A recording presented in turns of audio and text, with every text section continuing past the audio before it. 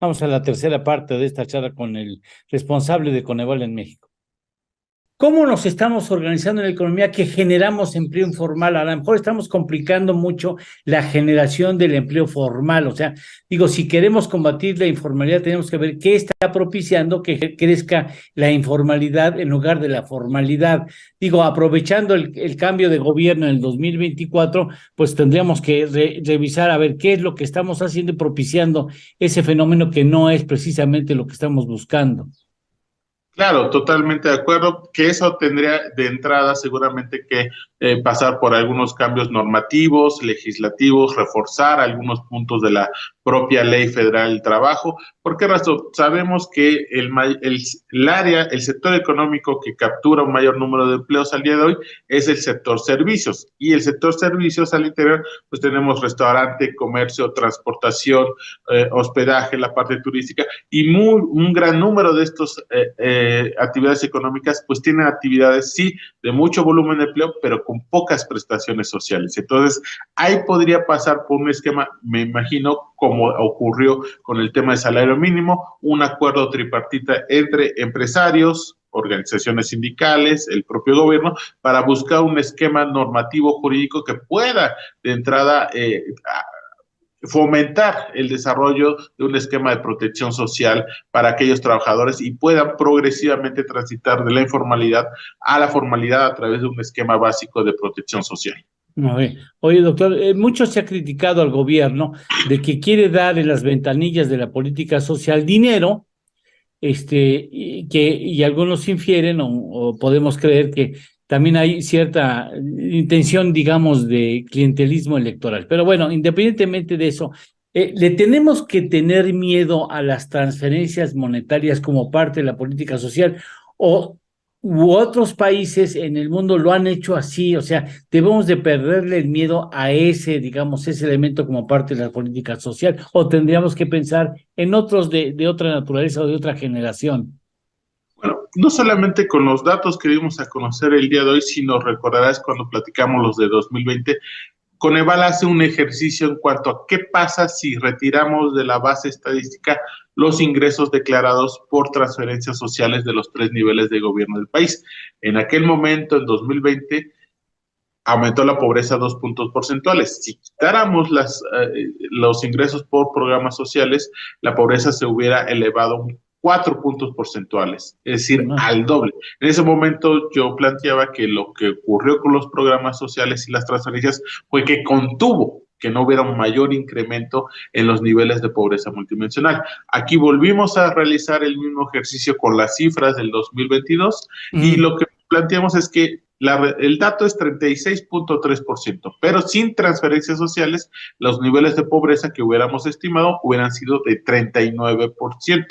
Sí una reducción, pero no tan marcada como la que estamos registrando ya con el dato de 36.3%. Es decir, sí es un elemento que puede acompañar a tener un esquema de mayor protección social a algún grupo muy focalizado de la población, pero me parece que será mucho más relevante para ir avanzando en reducciones de pobreza y brechas sociales el tema de empleo. Soy muy insistente con el mercado laboral, pero me parece que Sí. esa tiene que ser la mejor vía, sobre todo sostenible en el mediano y largo plazo, para que una sociedad, un país pueda tener una reducción importante y sostenible de pobreza en el mediano y largo plazo. Y así lo han hecho sobre todo varios países asiáticos como Corea del Sur, Singapur, que han tenido esa combinación, pero sobre todo han ido avanzando en esquemas de mayor formalización de empleo. Obviamente los nórdicos, pero sabemos que los países nórdicos también tienen un esquema muy potente de ingresos tributarios que le permite dotar de muchos derechos sociales a su población, pero yo me vería más en el espejo de un Corea del Sur, un Singapur, que han avanzado en las últimas 3 décadas en creación de empleo formal y eso ha permitido reducir desigualdades y pobreza también. Digamos, es lo más, estructuralmente lo más eficiente, digámoslo así, para Lo combatir podría, la pobreza claro. extrema.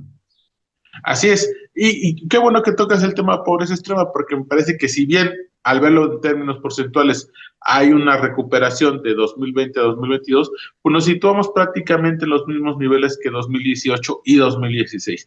Ahí me parece que es muy importante no solamente propio rol de la federación, sino también de estados y municipios.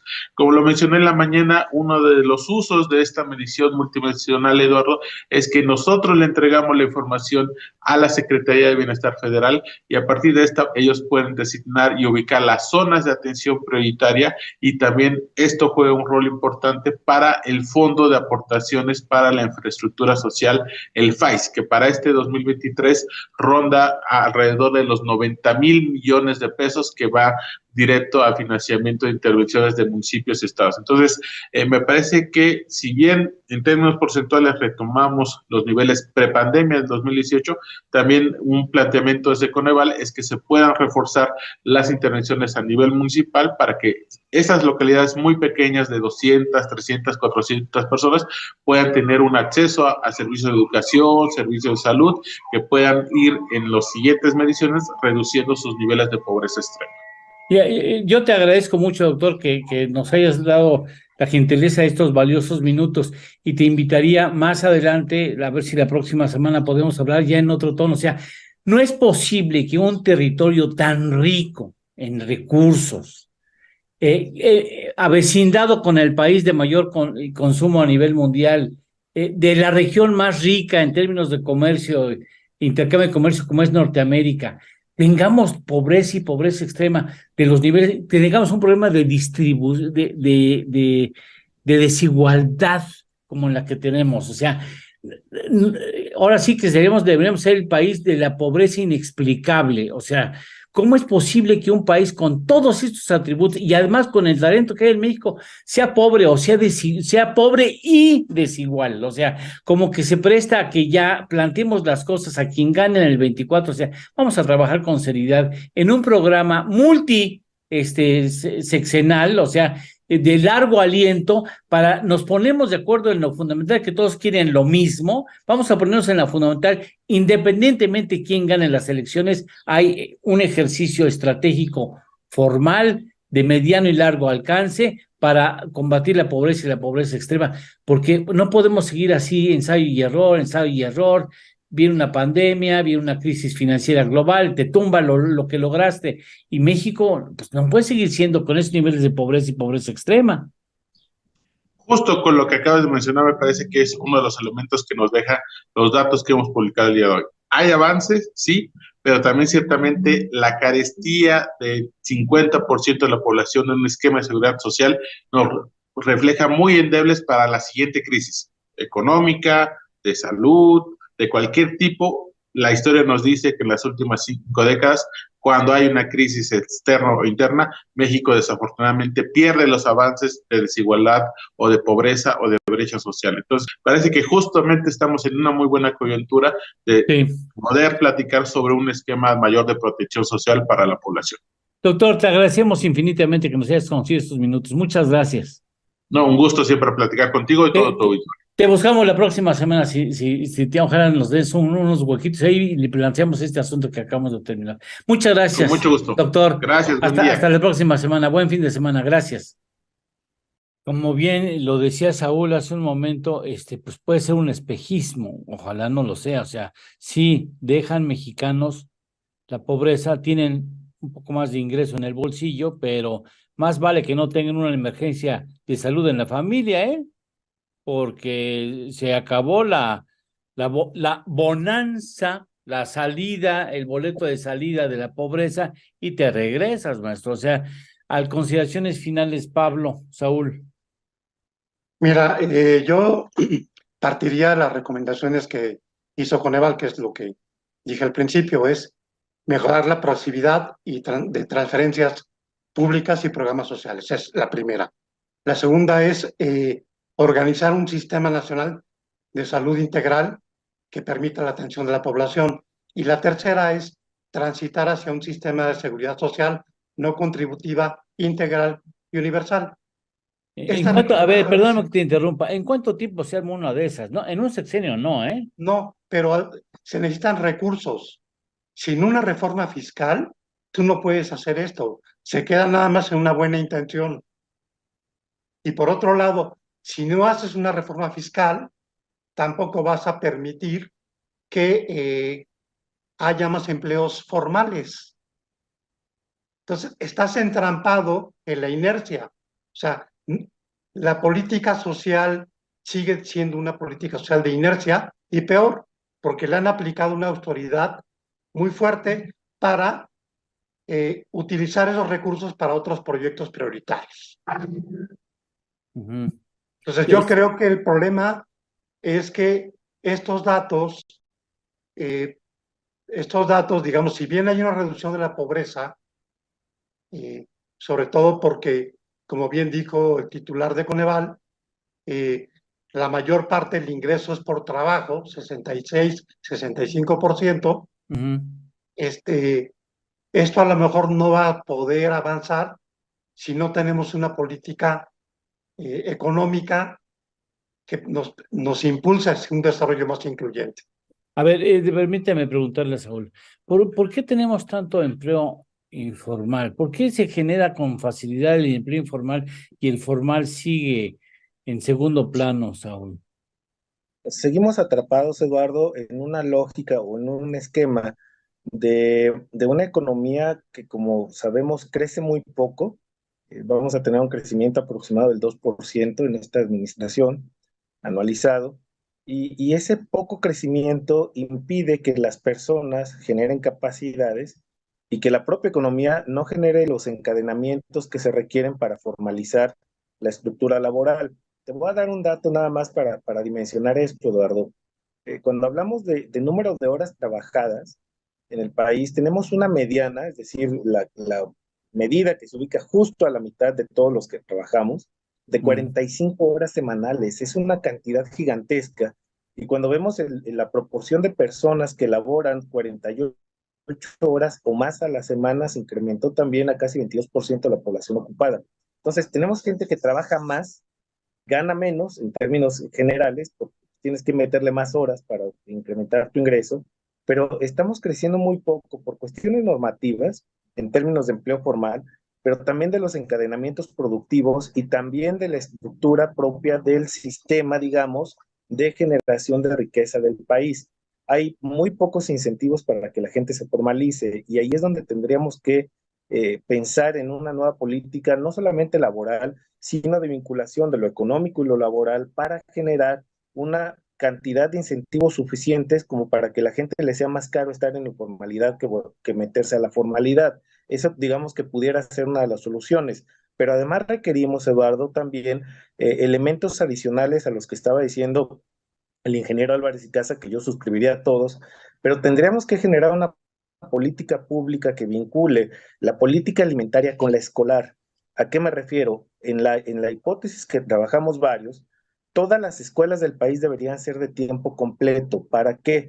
Para que podamos tener una población que tenga la disponibilidad de emplearse, mujeres y hombres, porque hay que recordar que se incrementó la desigualdad del ingreso de mujeres y hombres, Eduardo. Esto tiene que ver con la salida de muchas mujeres del mercado laboral o la reducción de sus ingresos. Entonces, para Sí, que las mujeres puedan participar en el mercado laboral, requeriríamos horarios escolares que sean compatibles con la vida personal y laboral de las personas. Horarios de 7 de la mañana a 3 de la tarde en las escuelas, con 2 alimentos cuando menos allá adentro, que permitiría abatir o incidir en los otros indicadores, porque no todos son clínicas. También hay elementos súper importantes, como es el de la alimentación. Se mide cuánto puedes comprar en términos de ingreso, pero no qué estás comprando. Y los mexicanos estamos en un extremo enorme. O hay hogares que no tienen para comer, o hay hogares donde tienes obesidad. 70% de la población adulta en México tiene obesidad y sobrepeso. Entonces tenemos sí una cuestión enorme de malnutrición ya en el agregado, que se puede combatir vía, no solamente, insisto, teniendo clínicas, sino también que el sistema de salud cambie el enfoque hacia un enfoque preventivo, que era el objetivo inicial de este gobierno y que lamentablemente pues no se logró concretar. Creo que tenemos que avanzar allá. La condición necesaria es la reforma fiscal, pasar del 17 que andamos recaudando, cuando menos a un 22 o 23%, porque sin eso todas estas ideas pues son más que cartas a Santa Claus, ¿no?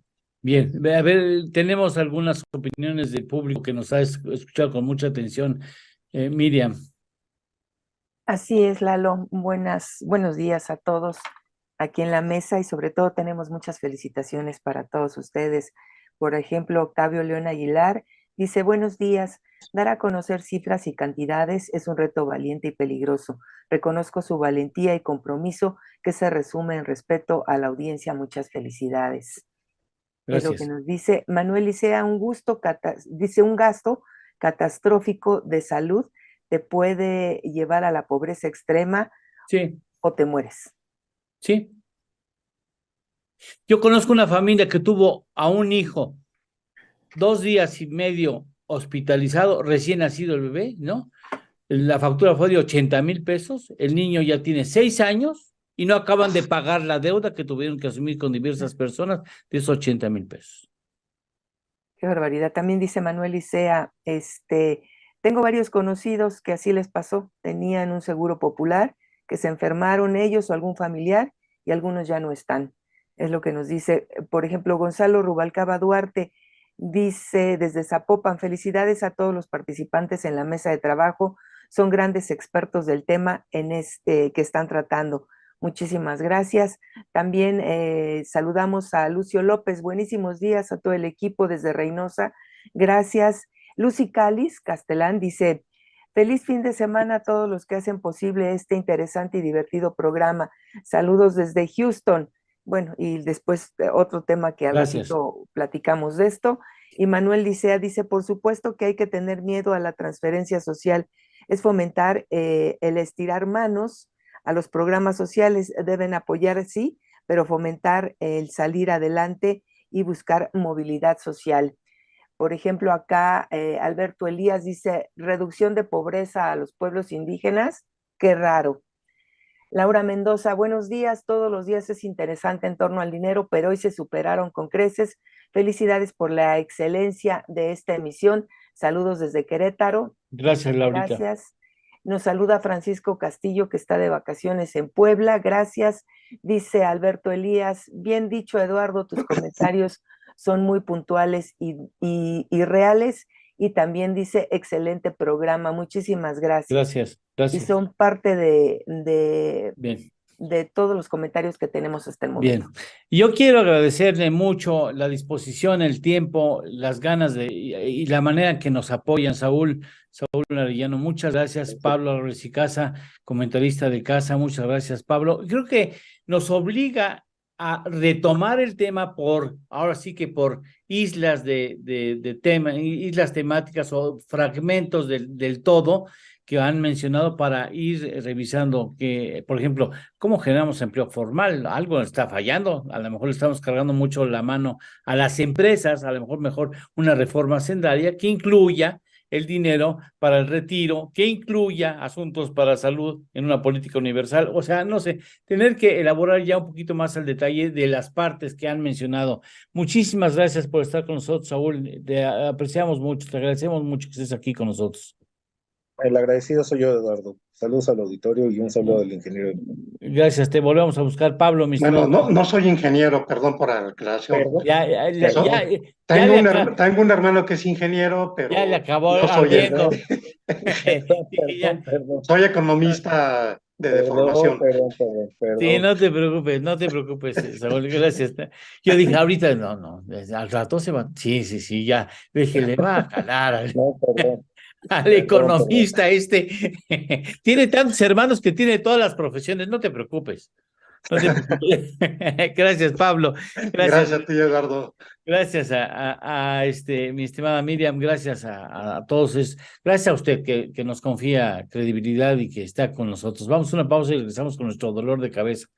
Sinforosa Betancourt.